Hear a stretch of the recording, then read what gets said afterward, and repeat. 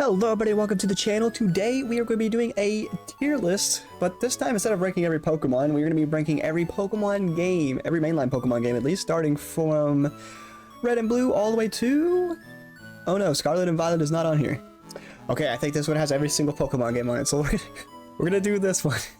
Starting with Pokemon Red and Blue and Yellow, and going all the way to Scarlet and Violet. Yes, they are here this time. Alright, so let's go ahead and start with Pokemon Red and Blue, which are the same. Honestly, these games are pretty good, but they haven't aged as well. I think the FireRed and Leaf Green are a little bit better. I still don't think they're bad. I'm gonna start off by putting them in B. There's some stuff in there that hasn't really aged as well, but they're still pretty good. They're average Pokemon games. Blues also, because I might just do one from each generation or each mainline games, because they're not too different. Yellow is a little different. Yellow's a little bit better, I think. I'm gonna put it in a high B though. Yellow added, instead of getting a starter, you could get Pikachu at the start. And there's some stuff that was changed from these versions, but it's still Kanto, it's still the same. A little bit better, but about the same. Next up, we got Gold and Silver. Ooh, okay, so I'm gonna put Gold and Silver at high A for me.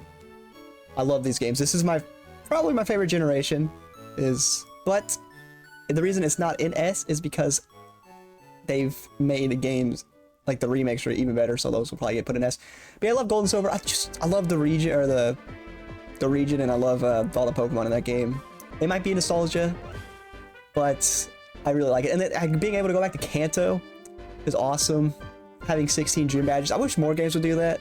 Yeah, I'm gonna put those in A. Crystal, a little bit better, maybe a higher A. Has some extra stuff, which makes it a little bit better, but it's about the same as Gold and Silver, so nothing too crazy. Just keep that up in A. Next up, we got Ruby and Sapphire, if I can find those.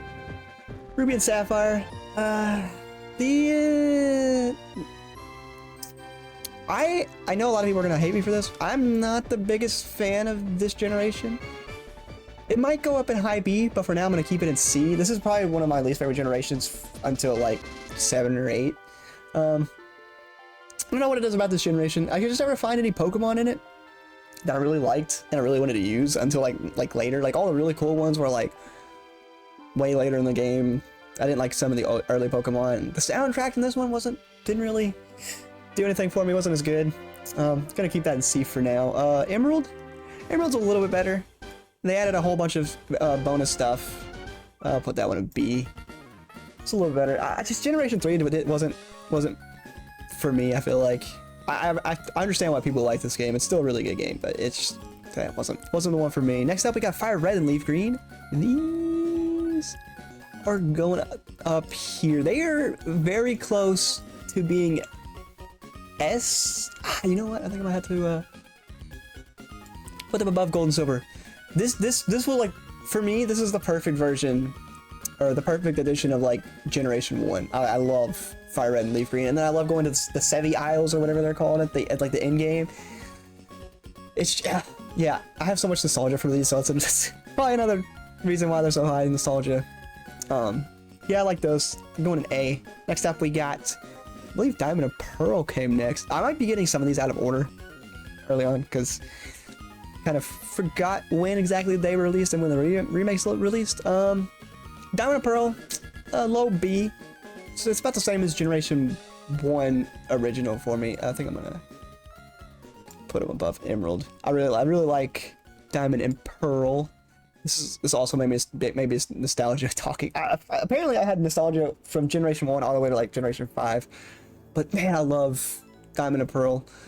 It's I've heard complaints that it's kind of, there's like a lot of Pokemon that's like, oh, this is just like Generation 1 feeling, because you see a lot of the same Pokemon and the first gym leader's ground type and stuff like that. But I still like this generation. I like the region a lot, and the gym leaders are really cool too, and the Pokemon are actually really some of my favorite in this generation. So yeah, I think we'll keep that in B for now. Next up, what is after that? We have Black and White. Actually, I think Heart Gold and Soul Silver. No, that was after Black and White, I think. I don't know. I'll go ahead and put a Heart Gold and Soul Silver in S tier because I believe that this is the best Pokemon games that they've ever made. Honestly, I love Heart Gold and Soul Silver.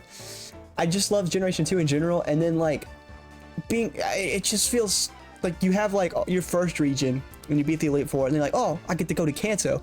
You beat all the Kanto gyms and collect new Pokemon, and the theme song for the wild battles and gym battles change because you're in Kanto now, and that's freaking cool. So that's a neat thing. And then like after you beat the Kanto, you're like, oh well, that's it, right? Well, no, you get to go up to Mount Moon and fight Battle Red.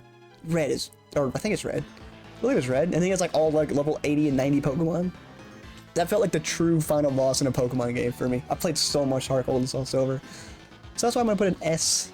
Okay, next up, oh, I forgot Platinum. Next up we got Platinum. Platinum is also S, I think. Oh, or maybe it's a high A. I don't know, the Sword of the World is really cool. I might have to put Platinum in S. Yeah, I think Platinum goes in S. Platinum's really good as well.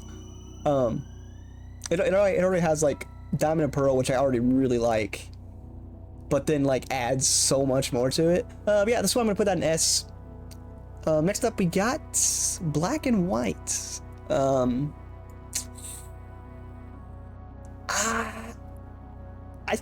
think I'm gonna have to put these in S as well. I really like Black and White. You know what? No. We're gonna go in high A. I don't think they quite make S.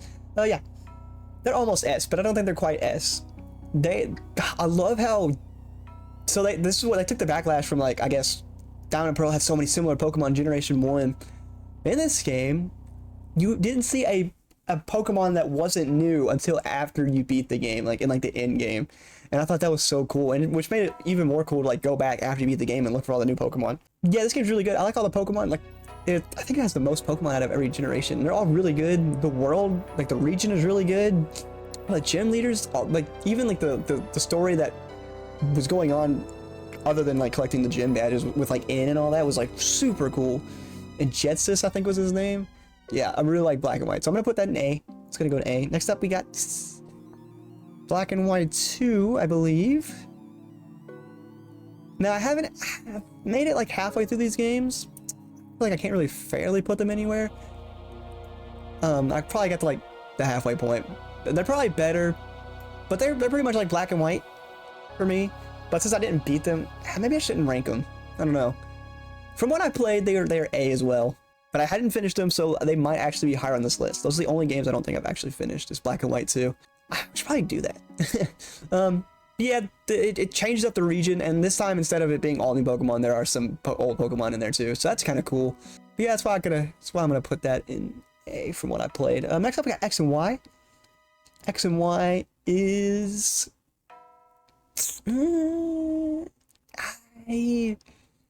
it's like a... probably... I don't know, this is tough, because I think I'm gonna have to put it in C tier with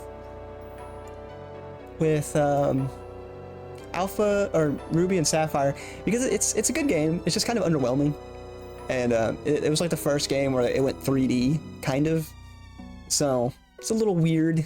I don't know. It's been a while since I played these games too, but I remember it being kind of shorter and a lot easier, which is, I think this is where easy Pokemon games started, because Black and White 2 and Black and White were pretty hard back in the day. Yeah, there's a big thing too about this game is they only had like 80 Pokemon, I believe, out of like all of them, or like around 80 new Pokemon, like I think it was like 67 or something. There wasn't that many new Pokemon, so you were seeing a lot of old Pokemon again, which was kind of a bummer. But all the other stuff about it was really good. It was just lacking in some spots. So that's why I'm gonna put it at C tier. All right, next up we got, what do we got? I think Alpha Ruby and Omega Sapphire came out next, or Omega Ruby and Alpha Sapphire. I do think I like these better than the originals, but not by much. It's still, something about Ruby and Sapphire, I just don't, it doesn't click for me for some reason. I don't know why. I'm gonna put it up there though, a little higher than Emerald, because it does have like all that cool in-game stuff. That was pretty neat. But it was also kind of like X and Y. It was the first 3D game, and it was a little weird at first, getting used to 3D. From going from like the 2D pixel into 3D was very odd at the time. But it's still, they were pretty good games still, so I'm gonna keep them in B tier. I think they're a little bit better than Emerald. Next up, we got Sun and Moon. don't like these games that much at all. I don't think they're bad, but I don't think they're good either. I remember my biggest complaint is like there's so much, well I guess it's not my biggest complaint, but there's so much dialogue in like the first hour of the game. It's just like I want to go out and catch Pokemon, and like there's just so much going on, and like I don't really like the Pokemon that much in this generation. I feel like they're on the weaker side. And they took out gyms, which is like the best part, is like getting your Pokemon strong enough to face the gym. I know like you gotta innovate sometimes, but taking out gyms I don't think was the right way to do it. Something I did not mention about X and Y though is the Megas. The Megas were cool. Forgot to mention that. But this game had... What did this game have? Not Megas. The Z moves. It had the Z moves. Yeah, it wasn't too crazy on it. I don't really like the gimmicks too much. I just like catching Pokemon and battling them, so... Megas were cool though, because it was just like, oh, your Pokemon kind of got a power up. But then they started doing all this crazy stuff. It didn't really click with me as much. Z moves. I think it was Z moves. I just looked it up and it's what it told me, so I'm gonna go with that. I don't remember though. Because I played these games when they came out and I just did not like them that much. They're not bad. They're not terrible though. They don't deserve F tier. I don't think any Pokemon game deserves F tier. Yeah, that's why they're in D tier. I never played Ultra Sun and Moon. I did. Actually, I did. I probably played like 6 or 7 hours of one of them. I believe it's a little bit better than Sun and Moon from what I played, but not by much. I'm not gonna rank them because I didn't finish them, which is, I probably shouldn't rank Black and White 2 either, but I played a lot more of those than I did those games. Next up we got, what came after Sun and Moon, I believe? Was Let's Go after Sun and Moon? No, it was, yeah, I think Let's Go came after Sun and Moon. Maybe not. They're C tier. Nah, yeah. I'm gonna put them in high C. Maybe right. Nah, I don't know. I think they would be better if it wasn't Generation 1. It's just we've had so many Generation 1 games. It's by the time I played it, I was kind of burnt out. But it was cool with like the Pokeball and like how like, oh, you have to actually catch the Pokemon like Pokemon Go. That was kind of neat. And you couldn't battle wild Pokemon though. It was just the Pokemon Go gimmick. But you could fight trainers, so that was kind of cool. I don't think these games are that bad. Put them in C. Next up we got, I believe Sword and Shield was next. I actually kind of like Sword and Shield. I'm gonna put them in a low B. I don't think they were that bad. I will say though, they were kind of short, kind of like X and Y. It felt like the wild area, I think is what it was called, was pretty cool. Although I prefer the more linear stuff, honestly. I'm not a fan of like open stuff as much. It's just like, oh man, you have access to all these Pokemon, but don't go too far because there's like super strong Pokemon further in. It's like, man, it's kind of like ruins the point of exploring for me. It's like, I don't know.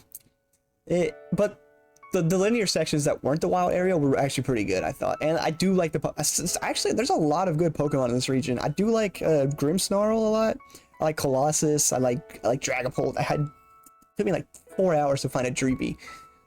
That kind of made me mad. But yeah, I do like these games. The gym leaders are pretty cool. Dynamaxing is another gimmick that I was saying I'm not a fan of gimmicks, but it was pretty neat too. Which was kind of like Megas, but on steroids, kind of. Just your Pokemon gets massive. So yeah, that's why I'm going to put those in B tier. Next up, we got Brilliant Diamond and Shining Pearl. People might not agree with this completely. I've heard people say these games are terrible. I prefer them over the original. I actually really like these games. They're not, I don't think they're really that much different than the original, because I don't remember the Underground being in the original, but I think it was, because I just played the main game. I don't think I ever did the optional stuff. But the Underground was pretty neat. If it was new, I don't think it was, but if it was really cool. People say they didn't like the art style, but I love the art style of this game. It almost looks like a Link's Awakening, how it's like all made out of like Play-Doh or something. I know the battles, going into battles was a little different. It kind of stood out, but yeah, I still like these games. They're pretty much just similar to Diamond and Pearl, so keep them in B tier. Next up, I think last we got is, I never played Arceus actually, so I can't rate that one either. Scarlet and Violet.